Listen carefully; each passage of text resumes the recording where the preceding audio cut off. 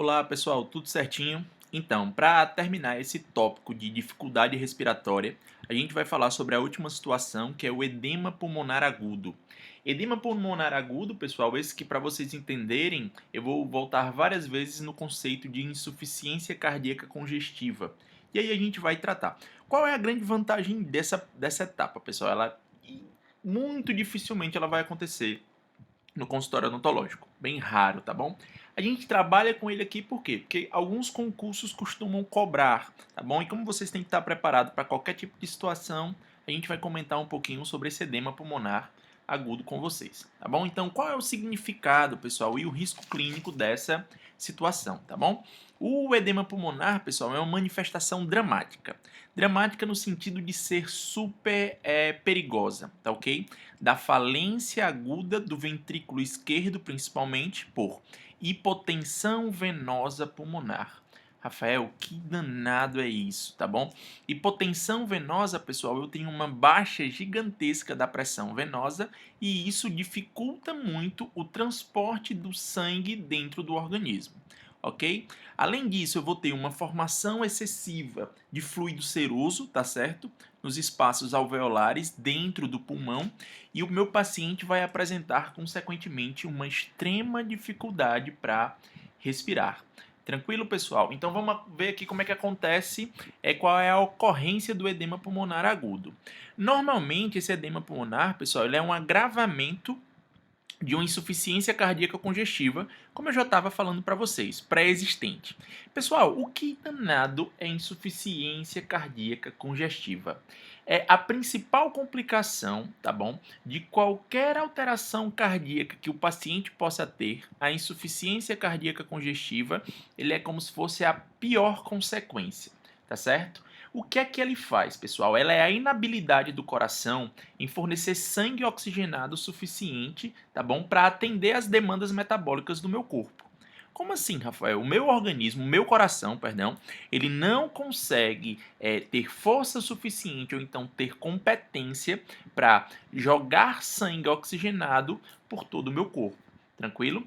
E isso é um problema. Normalmente, pessoal, pacientes que têm insuficiência cardíaca congestiva, isso se agrava mais à noite. Por quê? Quando o paciente vai ficar numa posição deitado, tá certo? E aí vai ter todo um problema da gravidade sobre a pressão desse paciente, tá certo?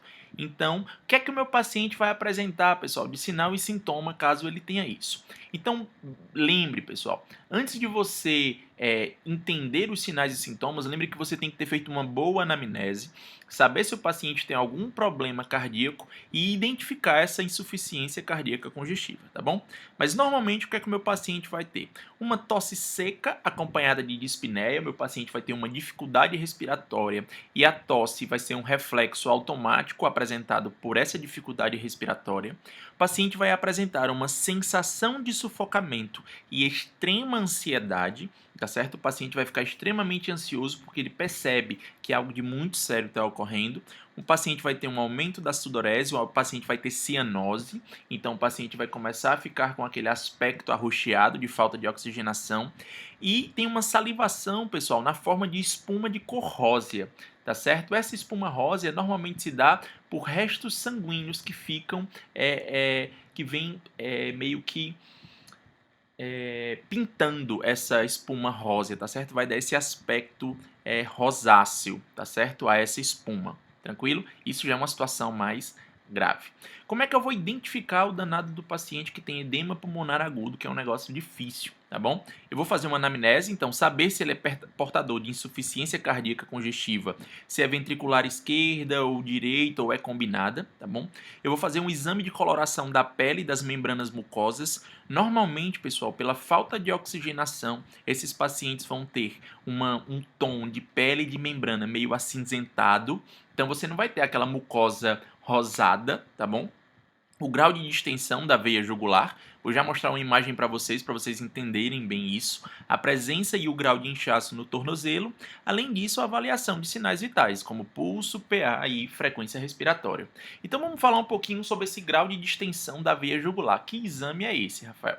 Normalmente, pessoal, quando você senta o paciente, quando o paciente está sentado, a veia jugular ela não fica distendida, tá certo? Ela fica meio que invisível, não dá para você verificá-lo.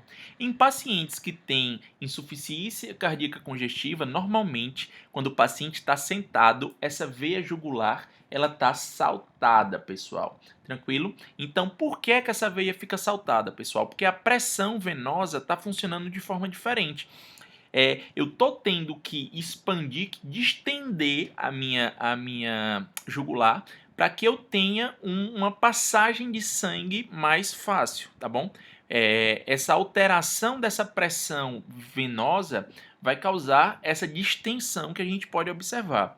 Então, caso o paciente ele já tenha um histórico de doença cardíaca, quando você senta esse paciente, quando você deita ele no seu consultório, essa veia jugular fica saltada, já fica atento, pessoal. Outra situação bem comum é o edema nos tornozelos. Eu acho que vocês já devem ter visto na ficha de anamnese de vocês esse edema de a pergunta, né, se você tem, se os seus tornozelos incham. Pessoal, o edema de tornozelo, pessoal, ele acontece nessas regiões mais baixas do corpo mesmo, como o tornozelo, por uma dificuldade de volta.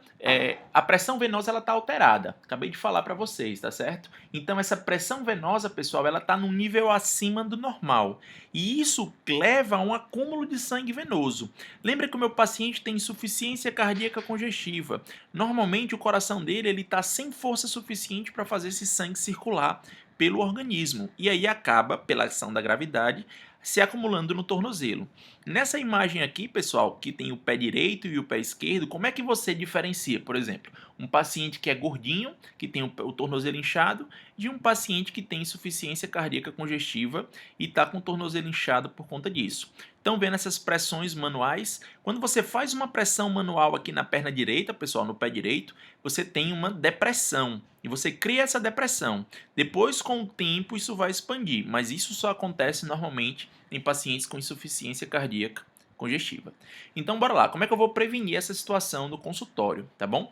Eu só vou realizar procedimentos eletivos em pacientes portadores de insuficiência cardíaca congestiva se a doença estiver controlada. Então, ele normalmente já vai ter o histórico, pessoal. Se você encontrar qualquer alteração de sinal vital, se você encontrar essa jugular, a veia jugular alterada ou tornozelo inchado, não faça procedimento eletivo nesse paciente. Mande para procurar um médico, tá bom? As sessões, pessoal, são curtas, você não pode deixar esse paciente muito tempo no consultório. Lembra que quanto mais tempo ele ficar, mais susceptível a situações de emergências ele vai ser, tá bom? Você posicionar o paciente da forma mais confortável possível, e aí às vezes é necessário a gente se adaptar. A gente gosta muito de deixar o paciente na melhor posição para a gente atender, mas na verdade tem que ser a posição mais confortável para o paciente nesse tipo de situação, tá bom? E caso aconteça, você interrompe o atendimento se o paciente mostrar qualquer sinal de cansaço. Poxa, pessoal, o paciente está deitado na sua cadeira fazendo um procedimento odontológico, não é para ele estar com nenhuma fadiga, tá bom? Prevenir a dor pós-operatória é fundamental, pessoal. Então, quando você for fazer um procedimento de anestesia, por exemplo, você tem que calcular que depois de você tirar o dente, o paciente tem que continuar a sentir dor. O ato da dor ele é um gatilho para a situação crítica de edema pulmonar agudo, tá bom?